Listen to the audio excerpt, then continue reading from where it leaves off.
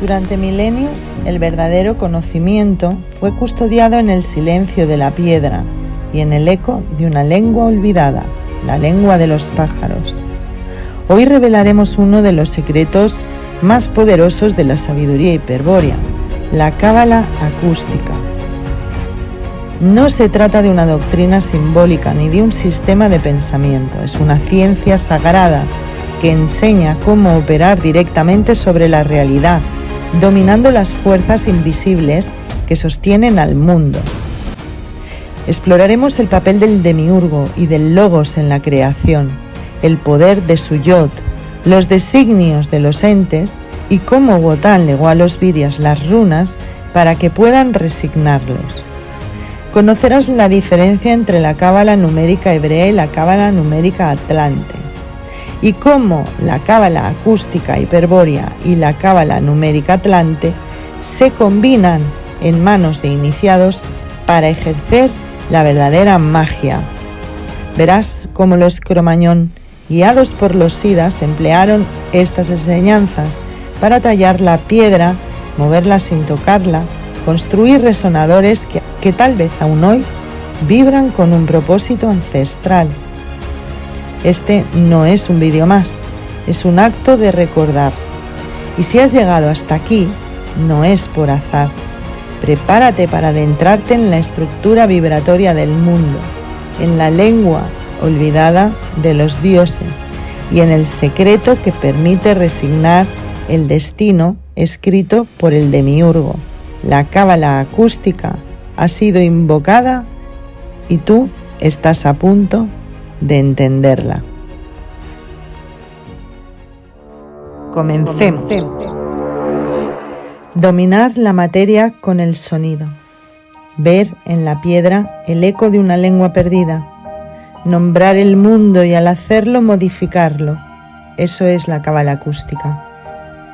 El hombre ha sido puesto en el mundo para descubrir los entes, para postularles un sentido, para sacar a la luz lo que yace cubierto en ellos desde el principio. Es lo que la sabiduría hiperbórea llama ser postor de sentido. Pero, ¿qué debe descubrir para cumplir su destino? ¿Qué es lo que está cubierto en los entes? Los nombres. Las palabras secretas con las que el demiurgo fijó con el aspecto logos el sentido metafísico de cada cosa. Cada ente está designado desde el principio por el verbo del demiurgo. Estas palabras son las que menciona la cábala acústica, rúnica noológica o los vijas de la tradición indoaria. Wotan nos dejó esta sabiduría, las runas arquetípicas que nos permiten describir esquemáticamente a todo arquetipo universal y permiten conocer las palabras universales, no invertidas por la memoria arquetípica, y que constituyen la cábala acústica del gran aliento, del logos. Las runas noológicas, entre las que está la runa del origen, son signos increados y no tienen correspondencia con el plano arquetípico. El designio de los entes consiste en una serie de matrices arquetípicas, una de las cuales es la matriz esencial, causante de la existencia individual. El resto de las matrices se llaman virtuales y determinan cualidades accidentales. Se puede decir que la matriz esencial contiene las características individuales, activas en el ente, y las virtuales, las matrices virtuales, contienen características potenciales que se activarían en determinadas circunstancias. Las matrices arquetípicas de la serie formativa del plan activo forman una procesión desde el demiurgo hasta el ente, y ese plan activo también lo llamamos destino real del ente. El designio y la totalidad de esas matrices arquetípicas están construidas por la combinación de solamente 10 arquetipos, y estos solo son aspectos de una única mónada, imagen perfecta del uno. Esta mónada manifestada en la materia con esos 10 aspectos se denomina Yod. Yod es la voz esencial con la cual se estructura una lengua sagrada, es decir, una lengua propia de una raza sagrada del Demiurgo. Yod es el santo monosílabo de Jehová Satanás, que integra toda vox y todo sermo. Por eso todo designio está escrito en la lengua sagrada solo por Yodim, es decir, solo por una multiplicidad de voces Yod. He aquí la sabiduría hiperbórea. Cuando Wotan enseñó a los arios la lengua de los pájaros como instrumento de reorientación estratégica, como cábala acústica, rúnica noológica y arma capaz de abrir el camino del regreso al origen, su primera lección fue mostrar cómo se resigna el Yod óntico, es decir, el Yod subyacente en todo designio demiúrgico. Y entonces Wotan dijo que el Yod se resigna por la expresión de la runa Odal, quedando así neutralizado su nefasto poder. Y desde aquella primera lección del gran as, todo viria despierto o iniciado hiperbóreo dispone de la terrible posibilidad de resignar los designios de los entes, convirtiéndose así en su amo y señor. La resignación de Yod por la expresión de la runa Odal es un secreto que estudian los iniciados hiperbóreos. En la revelación de Wotan aprendieron de las runas arquetípicas que permiten describir todo arquetipo universal, permiten conocer las palabras universales que constituyen la cábala acústica del gran aliento.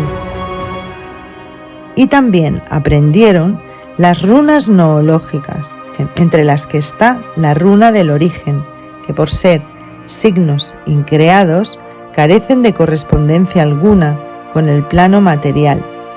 Son las 13 más 3 runas, un arsenal con el que el viria podrá operar efectivamente sobre la realidad óntica, sobre los designios de los entes y aplicar el principio del cerco, lo que le permitiría crear un espacio seguro para ocuparlo y resistir en él sin peligro. El demiurgo concretó la creación con 22 voces que están descritas en las tablas de la ley, un secreto guardado en el Arca de la Alianza, mientras que Moisés interpretaba la cábala acústica en los 4 primeros libros del Pentateuco. Las 22 letras hebreas con que fueron escritas las palabras cifradas guardan una relación directa con los 22 sonidos arquetípicos que pronunció el demiurgo, lo que les otorga un inestimable valor como instrumento mágico. La cábala numérica judía asigna a las letras un significado numérico, por lo que las palabras son una cifra que puede ser interpretada.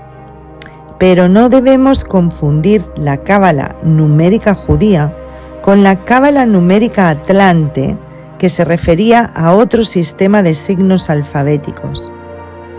La cábala numérica permite el análisis esotérico de la escritura, pero el conocimiento obtenido desde un punto de vista mágico es muy inferior al dominio de las leyes del universo que otorga la cábala acústica.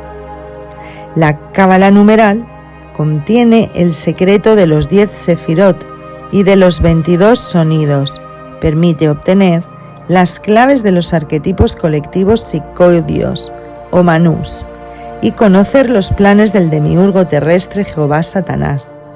La cábala acústica trata sobre la manera en que esos planes pueden llevarse a la práctica por el dominio del éter sonorífero Akasha Tattva y permite elaborar procedimientos para influir sobre el mundo físico.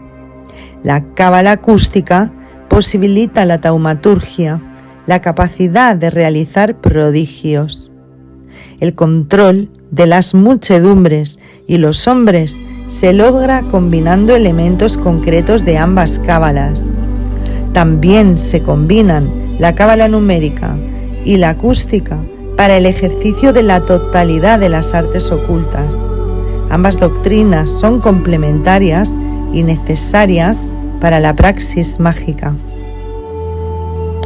Durante el periodo luciférico de la Atlántida, la cábala numérica era patrimonio colectivo, era la doctrina simbólica, la teoría interpretativa del mundo y podía ser estudiada por todos.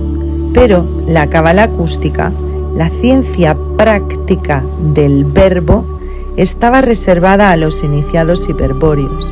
En ella se enseñaban los secretos de la resonancia y de la transformación de la realidad. Tras el cataclismo que hundió la Atlántida, mucho de ese conocimiento se perdió.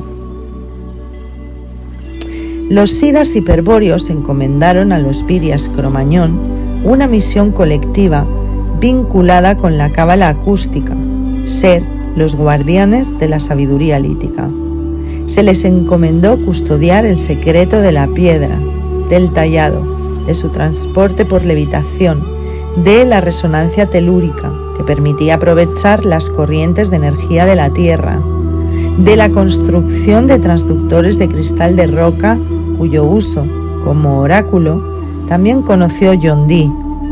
La cábala acústica les permitía constituir armas lanzadoras de rayos, lámparas perennes y vehículos voladores. La cábala acústica se manifestaba en sus obras líticas, sus construcciones, menhires, dólmenes, cromlechs, cavernas, pozos, eran resonadores que actuaban sobre las psicorregiones, es decir, sobre el cuerpo sutil de la Tierra, asiento de los arquetipos colectivos psicoideos.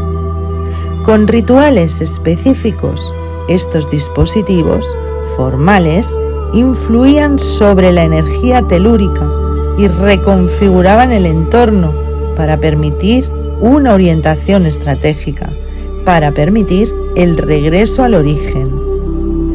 Como parte de la cábala, como parte del manejo de la cábala acústica, existía toda una ciencia de las psicorregiones, donde los siddhas enseñaban técnicas para dominar la naturaleza y reorientarse estratégicamente. Dominar la naturaleza significa conocer la forma de operar sobre los procesos evolutivos y conseguir la independencia de los arquetipos colectivos psicoideos. Pero para que el empleo de la cábala acústica y su acción exterior sea efectiva, debe estar acompañada de un trabajo interior. Hoy en día, la posibilidad de efectuar un control colectivo sobre el medio ambiente, empleando poderes psíquicos, empleando la fuerza de la voluntad, será tomado con incredulidad, pues el avance del Kali Yuga y la estrategia sinárquica ha producido una humanidad inmersa en un materialismo que le impide tomar conciencia de su potencial mental y del poder con que esa potencia podría actuar sobre las psicorregiones. El objetivo principal de la estrategia hiperbórea es el retorno al origen y, por lo tanto, un dolmen, por ejemplo, ha de servir para eso principalmente. Y cuando se cumple el objeto principal de la estrategia hiperbórea, los virias desaparecen de la historia. Pero Las construcciones de piedra siempre quedan, aunque no puedan ser empleadas nuevamente en la misma forma que las utilizaron sus constructores. Louis Charpentier ha descubierto que los megalitos de Francia están distribuidos sobre una enorme espiral que abarca todo el país. También ha comprobado que desde tiempo inmemorial hay toda una migración esotérica de personas, quienes, cual gigantesco juego de la oca, van peregrinando por el camino en espiral buscando la suerte de iniciación a los misterios de la construcción lítica.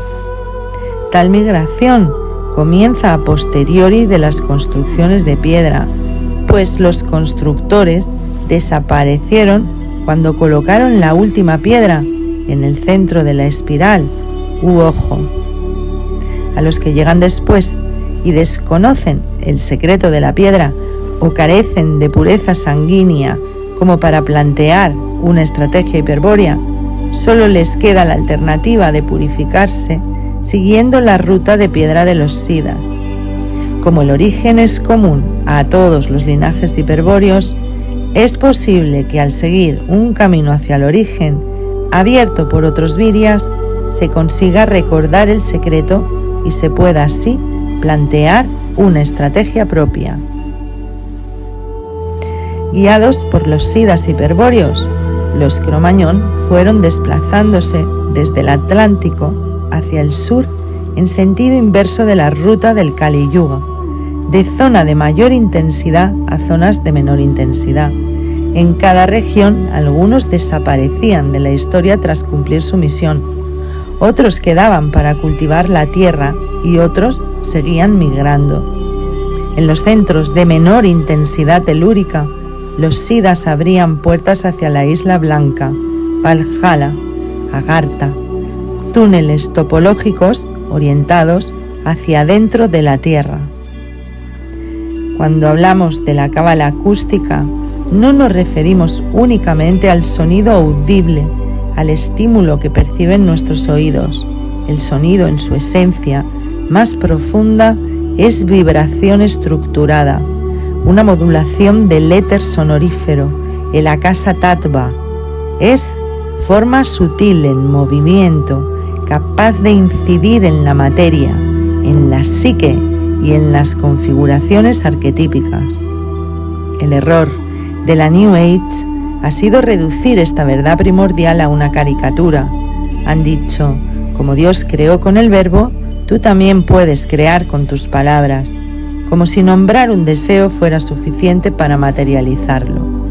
Han enseñado que visualizar algo intensamente es igual a generarlo, a crearlo, olvidando que el logos del demiurgo no es pensamiento ni intención, sino un acto de poder ontológico de voluntad que estructura la realidad desde un plano más profundo. La sabiduría hiperbórea enseña que no basta con desear ni con pronunciar, ni con ninguna fórmula que trate cuestiones exclusivamente externas y que se requiere de un trabajo interior.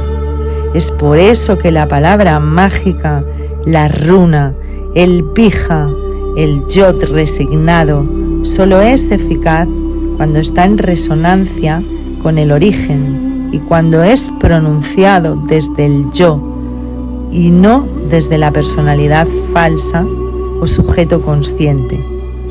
La lectura de fundamentos establece que el aspecto logos, la vox del demiurgo y su facultad de designar es análoga a la facultad de imaginar del sujeto consciente. Por eso se requiere del dominio de la mente, del pensamiento, pues que también es vibración, aunque está muchas veces contaminado por los automatismos del alma. El Virya debe entonces purificarse primero, recordar quién es, aislar al yo del sujeto consciente, activar la memoria de sangre y desde allí acceder a una conciencia superior, a un pensamiento superior y operar a voluntad. En este vídeo hemos visto los fundamentos ocultos de la cábala acústica, el arte hiperbóreo de nombrar la realidad para transformarla y cómo los virias ancestrales utilizaron este poder para actuar sobre el mundo y resistir en él sin peligro. Si te interesa profundizar en esta línea, podríamos dedicar un próximo episodio a la lengua de los pájaros, ese lenguaje vibratorio transmitido por Wotan como herramienta de orientación estratégica.